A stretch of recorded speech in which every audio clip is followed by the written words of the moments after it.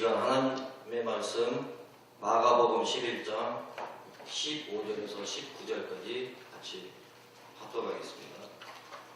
마가복음 11장 15절에서 19절까지요. 11장 15절에서 19절 다 찾으셨으면 같이 합독하겠습니다. 그들이 예루살렘에 들어가니라. 예수께서 성전에 들어가사 성전 안에서 매매하는 자들을 내쫓으시며 돈 바꾸는 자들의 상과 밀리 파는 자들의 의자를 불러 엎으시며 아무나 물건을 가지고 성전 안으로 지나다님을 허락하게 하시고 이에 가르쳐 이르시되 기록된 바 내 집은 만민이 기도하는 집이라 칭언을 받으리라. 너희는 강국의 소고를 만들었다 하시니 대제사장들과 서기관들이 듣고 예수를 어떻게 죽일까 하고 해하니 믿는 무리가 다 그의 교훈을 놀랍게 여기고 그를 두려워함이라. 그리고 날이 저물매 그들이 성 밖으로 나갔다. 아멘. 내 집은 점점점이라고 해서 설교 제목을 설명을 안 하고 그냥 넘어가려고 하다가 말씀을 하시니까 설명을 드릴 것 같은데, 내 집은이라고 하니까 저희 개인 집을 생각하실 것 같아요. 그런 집이 아니고요. 내 집은 주님의 집입니다. 주님의 집이 과연 어떤 모습이더라, 그런 마음으로 내 집은 이렇게 설교 제목을 잡았습니다. 누군가 이런 말을 했던 기억이 있습니다. 기독교가 로마라는 로마를 만나서 제국이 되어버렸고, 또 유럽을 만나서 문화가 되어버렸고, 또 미국을 만나서 기업이 되어버렸고, 제국에서 문화로 이제 기업이라는 것까지 나왔죠. 그러면 한국을 만나서 어떻게 됐을까요? 기독교가 로마를 만나서는 제국이 되었고, 유럽을 만나서는 문화가 되었고, 또 미국을 만나서는 기업이 되어버렸다고 하는데, 우리 한국을 만나서는 기독교가 어떻게 되었을까요? 대기업이 되어버렸다. 대기업이 되어버렸다. 기독교가 역사를 거쳐오면서 얼마나 많이 타락했는가, 그것을 잘 보여주는 말인 것 같습니다. 바른 신앙생활에 관심이 있는 사람들이라면 누구나 한 번쯤 물어봄직한 질문이 있습니다. 오늘 우리가 헌신예배로 하나님께 헌신을 다짐하면서 예배드리는데, 누구나 한 번쯤 바람직한 신앙생활이 무엇인가, 그런 질문을 던져볼 수 있겠죠. 오늘날 우리 시대 교회는 과연 건강한가, 이런 질문을 던져볼 수 있을 것입니다. 처음부터 타락한 모습을 보이는 경우가 있을까요? 아마도 처음부터 타락한 모습을 보이는 경우는 거의 없습니다. 처음부터 그랬던 것은 아니에요. 뉴스를 타고 이렇게 흘러나오는 그런 종교 지도자들의 표현입니다. 처음부터 그랬던 것은 아니에요. 처음에는 순전한 마음, 주님을 향한 마음이 있었습니다. 열정도 있었습니다. 그러나 어느 순간에 달라졌어요. 주님을 향한 마음이 사라져버려요. 열정이 식어져버려요. 그러면 주님을 향한 마음도 열정도 사라져버렸다면 이제 남아있는 것은 무엇일까요? 이제는 형식밖에 없어요. 종교의 타락이 무엇이냐? 신앙의 본질과 내용을 상실하고 형식만 남게 되는 것이 아닌가, 그렇게 정리해볼 수 있습니다. 내용을 상실하고 형식만 남은 종교, 타락한 종교를 위해서 기다리고 있는 것이 오늘 말씀입니다. 심판입니다. 주님의 심판입니다. 오늘날 우리도 예외가 아닙니다. 얼마든지 우리도 내용을 상실하고 신앙의 본질, 신앙의 내용을 상실하고 형식만 남은 종교인처럼 그렇게 살 수 있다는 것입니다. 우리가 헌신 예배를 드리면서 하나님을 향한 헌신을 다짐하면서 나왔지만 우리의 마음의 중심에 하나님을 향한 마음이 사라져버리고 신앙의 본질 관심이 없고 열정도 식어져버리고, 그러면 우리에게 남아있는 것은 껍데기와 형식만 남아있을 수 있다는 것이죠. 종교인처럼 살아갈 수 있다는 것이죠. 비록 예배하는 장소에 나왔지만 예배자가 아니라 형식적인 종교인의 모습으로 살 수 있다는 것입니다. 그러나 그것은 주님이 우리에게 기대하시는 모습이 아니겠죠. 우리는 주님이 원하시는 참된 예배자, 참된 신앙인으로 살 수 있습니다. 반면에 신앙의 내용을 상실한 채 빈 껍데기만 붙들고 신앙생활할 수도 있습니다. 사실 그것은 신앙생활도 아니죠. 종교생활이라고 해요. 오늘 우리는 우리를 향한 주님의 기대를 바라보아야 합니다. 오늘 말씀을 통해 엄중하게 말씀하시는 그 말씀을 통해서 우리를 향한 주님의 기대가 무엇인가 바라보아야 합니다. 신앙의 내용을 상실하고 형식만 남아있는 그런 모습은 아닐까요? 예배하는 장소에 나왔지만 우리의 마음은 주님으로부터 멀어져 있는, 습관에만 젖어있는, 타성에 젖어있는 그런 모습은 아닐까요? 스스로를 정직하게 돌아볼 수 있기를 바랍니다. 오늘 예루살렘에서 있었던 일입니다. 예수님과 제자들이 성전 안에 들어갔습니다. 15절 말씀입니다. 오늘 말씀 15절. 그들이 예루살렘에 들어가니라. 예수께서 성전에 들어가사 성전 안에서 매매하는 자들을 내쫓으시며 돈 바꾸는 자들의 상과 비둘기 파는 자들의 의자를 불러 엎으시며. 성전 안에서 예수님이 들어가셔서 보시니까 참 멋있게 하나님을 멋지게 예배하는 그런 장면이 아니었습니다. 성전에 들어가서 보니 매매하는 자들이 보입니다. 돈 바꾸는 자들이 보입니다. 비둘기 파는 자들이 보입니다. 주님을 예배하는 곳이라고 하는, 주님의 임재하는 장소라고 하는 그 성전이 그런 모습들로 가득합니다. 매매하고 돈 바꾸고 비둘기를 펴고 있는 그런 모습들이 성전에 가득합니다. 성전 안에서 먼 길을 온 순례자들도 있겠죠. 그들이 희생제사를 잘 드릴 수 있도록 돕는 서비스를 제공하고도 있다. 그렇게 볼 수도 있습니다. 성전 재정을 넉넉하게 하는 경제적 조치이기도 했습니다. 그러나 중요한 것은 이것을 바라보고 계시는 주님의 마음입니다. 주님의 평가입니다.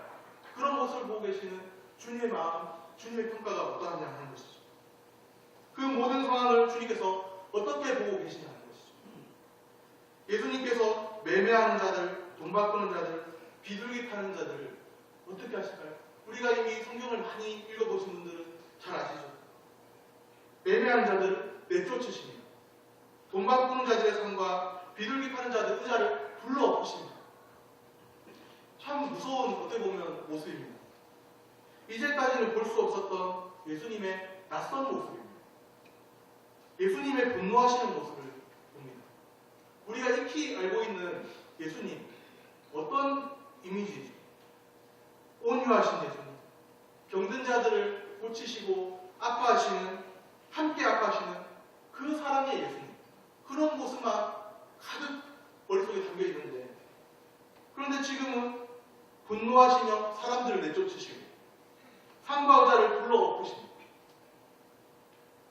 오늘 말씀을 통해서 우리의 눈길을 끄는 것이 있습니다.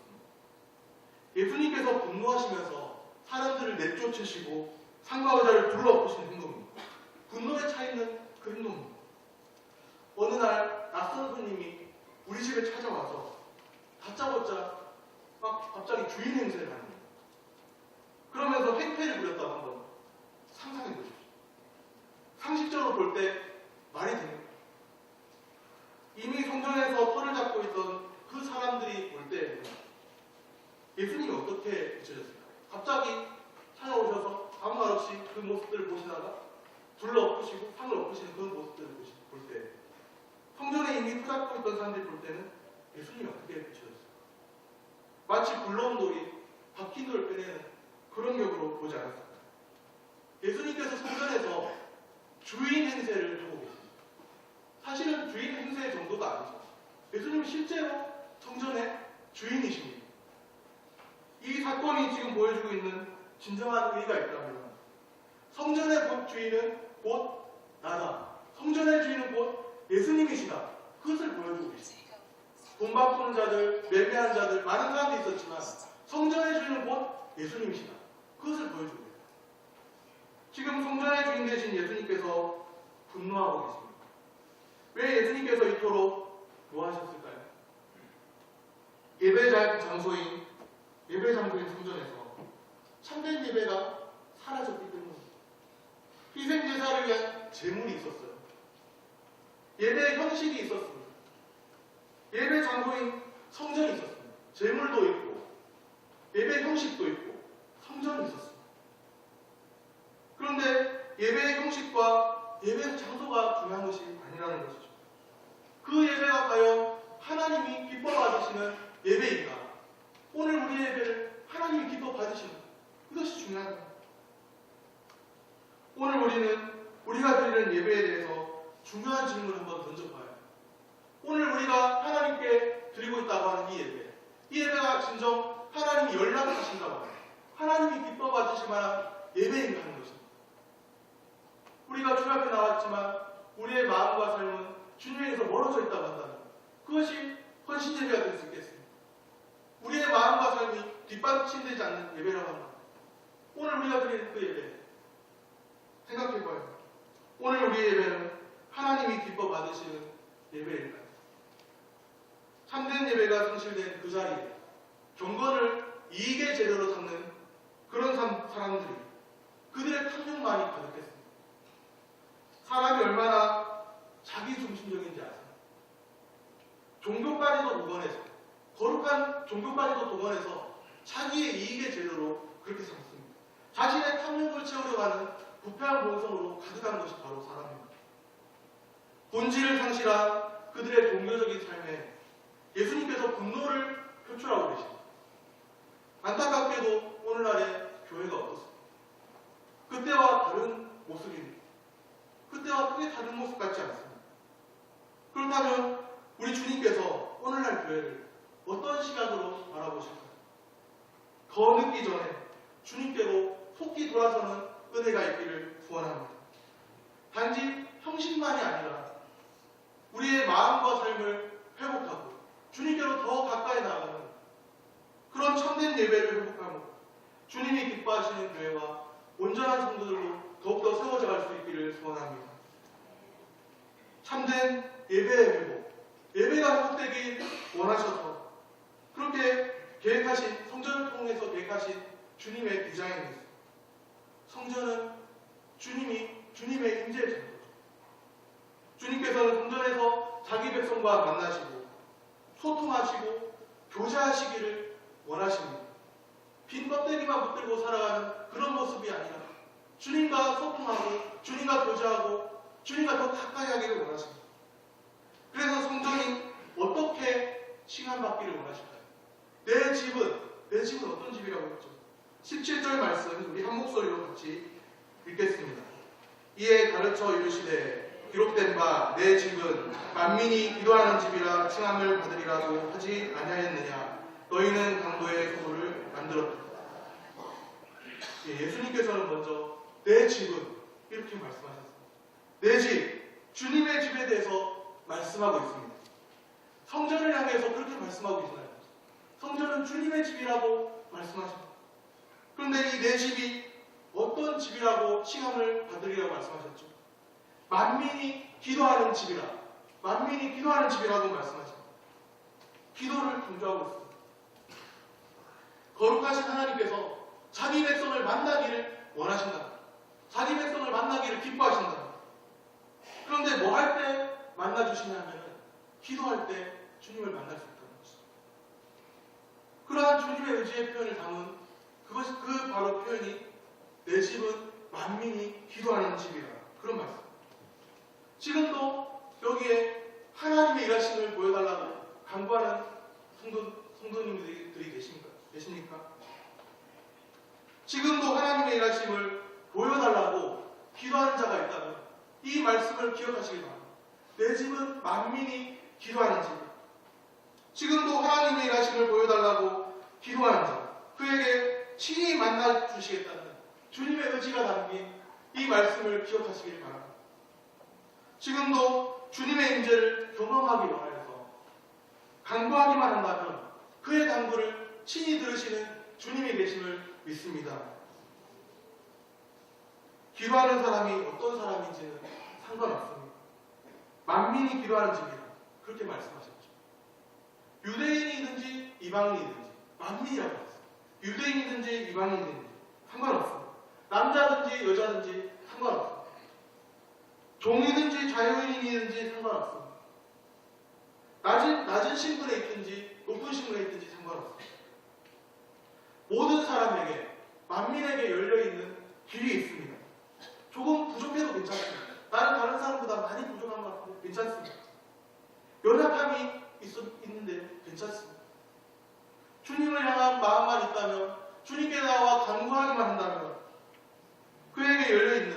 만민에게 열려있는 길이 있다는 것이죠.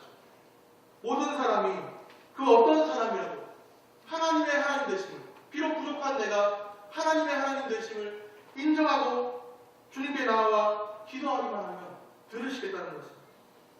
사실 기도한다는 그 자체가 주님을 신뢰하고 인정하는 태도입니다. 주님을 신뢰하지 않는 사람은 기도조차 하지 않습니다. 기도할 수 없습니다. 어느 한순간이 아니라 지속적으로 기도하는 자리에 머물러 있지 않는 분이 계신가요? 그렇다면 자신의 신앙을 한번 점검해보고 돌아보아야 합니다. 오늘 말씀에 예수님의 깊은 탄식이 있습니다. 내 집은 만민이 기도하는 집이어야 합니다. 그런데 무엇이 되었다고 말씀하시죠? 간부의 소굴이 되었다는 탄식이 있습니다. 지금 예수님께서 놀랍게도 주님의 임재의 장소였던 그 성전을 향해서 강도의 소굴이 되었다고 말씀하신다는 거예요. 성전을 강도의 소굴에 비유하고 있다는 자체가 참 충격적이지 않습니다. 많은 사람들은 그때 그 성전에서 예배드리면서 우리는 진짜 예배를 드리고 있다 그렇게 생각했는지 모르지만 주님께서는 아니라는 거예요. 주님께서는 잘못되었다. 주님께서는 이것은 아니라고 말씀하십니다. 성전이 성전으로서의 기능을 상실한 것에 대해서 탄식하십니다. 유대교에 두 기둥이 있다는 거 아십니까? 유대교에 두 기둥이 있는데 하나는 율법이고 또 다른 하나는 성전입니다. 율법을 모독하고 성전을 모독한다면 그것은 바로 유대교에 대한 도전이 되는 것이죠. 유대 종교 지도자들에 대한 도전으로 이해될 수밖에 없습니다. 율법을 모독하고 성전을 모독한다. 그런데 예수님은 지금 율법을 모독하거나 성전을 모독한 것이 아닙니다. 오히려 율법을 모독하고 성전을 모독한 사람이 있다면 누가 율법을 모독하고 성전을 모독했을까? 주님의 뜻을 빌어서 희생 제물조차 바치면서 그렇게 예배드린다고 나왔지만 마음과 삶은 정작 주님에서 멀어져 있는, 입술로는 주님을 가까이 하나 마음은 주님을 경외하는 마음에서 떠나 있는 그 사람들이야말로 율법을 모독하고 성전을 모독하는 것입니다. 그들 스스로 만민이 기도하는 집인 성전을 매매하는 자들, 돈 바꾸는 자들, 비둘기 파는 자들로 가득 채우면서 성전을 더럽혔습니다. 하나님과의 친밀한 교제를, 주님은 그들과 만나기를 원하셨지만 하나님과의 친밀한 교제라는 신앙의 본질을 종교에 대한 탐욕으로, 돈에 대한 탐욕으로 대체해버렸습니다.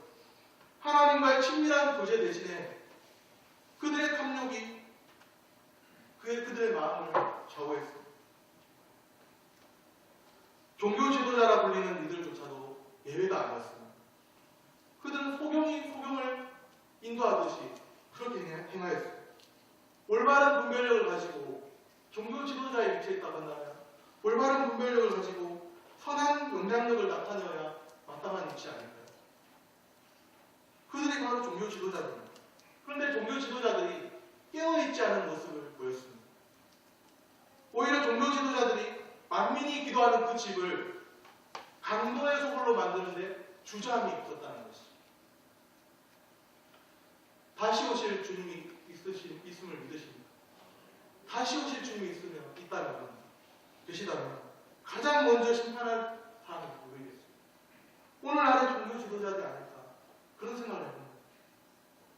그런 생각을 하다 보면 저 역시도 두려움이 엄습해옵니다. 목사가 되는 것보다 목사로 사는 것이 훨씬 더 어렵다고 하더라고요. 그렇습니다. 목사가 되는 것보다 목사로 사는 것이 훨씬 더 어렵습니다. 중직의 직분을 받는 것보다 중직의 직분을 감당하는 것이 훨씬 더 어려운 것 같습니다. 어떤 의미에서는 직분을 받는 것은 한순간이지만 그러나 직분을 유지하면서 감당해야 되는 것은 장거리 마라톤을 공중해야 됩니다. 목사라고 해서 자동적으로 구원받고 하나님과의 친밀한 교제와 사귐을 누릴 수 있다고 생각하지 않습니다. 신앙의 본질이 무엇인가에 대해서 더욱 기도하지 않고 고민하지 않고 그 고민을 멈추었다면 투쟁이 없고 신앙에 투쟁이 없고 몸부림이 없다면 그것을 중단하였다면 그렇다면 그것은 벌써 주님의 기대와 멀어진 것이죠. 신앙의 몸부림을 상실하고 그렇게 흘러간다면 지도자들 특별히 그런 위치에서 몸부림치지 않는다면 신앙 공동체가 주님이 뜻하지 않는 방향으로 움직여갈 수 있습니다. 우리가 교회의 리더십을 위해서 더욱더 끼어서 기도해야 될 이유가 여기에 있는 거죠. 성전이 성전으로서의 기능을 상실할 수 있습니다. 더 이상 주님과의 인격적인 만남을 경험하지 못하고 종교적인 형식만 남게 될 수도 있다는 거예요. 그때 주님은 탄식하시면서 말씀하십니다. 너희는 강도의 소굴을 만들었다. 오늘 우리도 하나님과의 친밀한 교제와 사귐을 종교생활로 대체하고 있는 그런 모습은 없습니다. 마음껏 자신 안에 있는 탐욕은 그대로 유지하면서 주님 앞에 나와 있는 것으로 만족하고 있는 그런 모습은 없는지 돌아볼 수 있기를 소원합니다. 오늘 우리 공동체에는 주님이 탄식하시는 모습은 없을까요? 바라기는 오늘 우리 공동체가 신앙의 본질을 회복함으로 주님이 기뻐하시는 교회로 거듭날 수 있기를 소원합니다.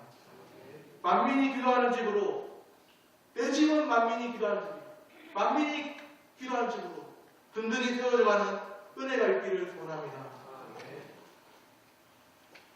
예수를 어떻게 죽일까? 다시금 예수님을 죽이기 위한 종교 지도자들의 의논이 일어나고 있습니다. 18절 우리 같이 한번 읽어보겠습니다.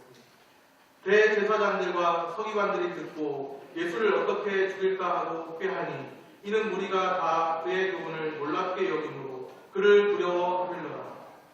여기에 누구와 누가 듣고 예수를 죽이려고 꾀하고 있죠. 대제사장들, 서기관, 종교 지도자들이라 불리는 그들이 예수를 죽이려고 꾀하고 있습니다.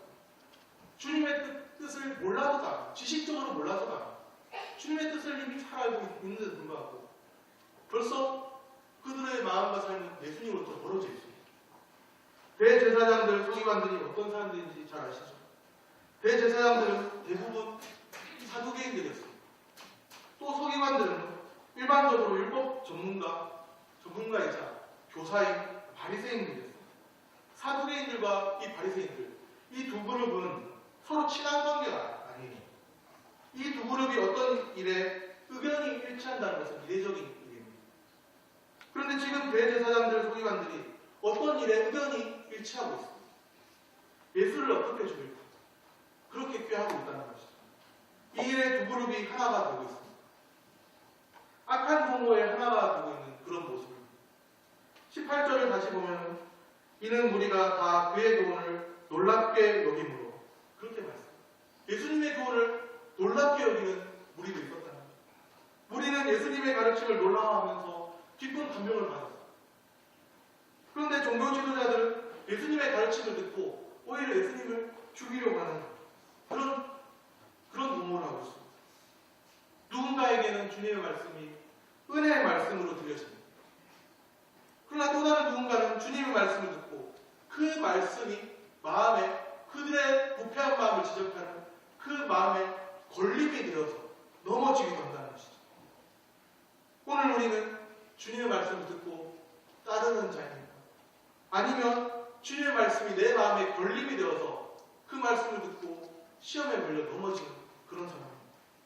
바라기는 주님의 말씀을 듣고 주님을 기꺼이 따르는 자로 살아갈 수 있기를 소원합니다.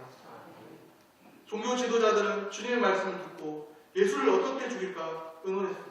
그들 스스로가 강도의 소굴을 만들고 있음을 자인하고 있습니다. 스스로 예수님을 밀어넣었습니다. 생명의 주님을 죽이려 하는 그 강도의 소굴에 예수님은 더 이상 그들과 함께 하실 수 없습니다.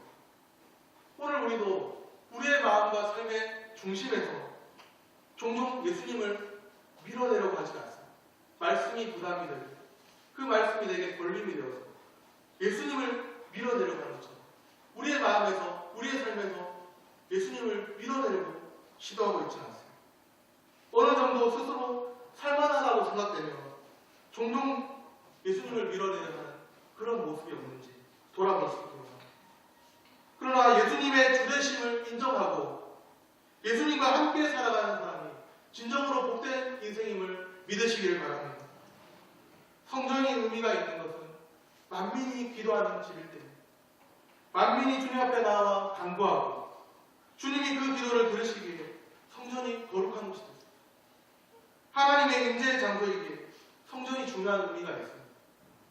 그러나 만민이 기도하는 집이기를 포기하고 그저 내 뜻대로 내 고집대로 자기 중심적인 삶을 살아간다면, 그렇게 해서 주님이 평가하실 때 강도의 소굴이라 그렇게 불린다면 그 성전이 무슨 의미가 있을까요?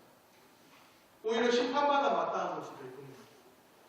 예수님이 떠나가시는 성전, 형식상의 성전에 지나지 않습니다. 더 이상 성전이라 부르기에 합당하지 않습니다. 성전이 성전일 수 있는 이유, 하나님의 임재의 장소이기 때문입니다. 주님과의 동행 때문이라는 것이죠.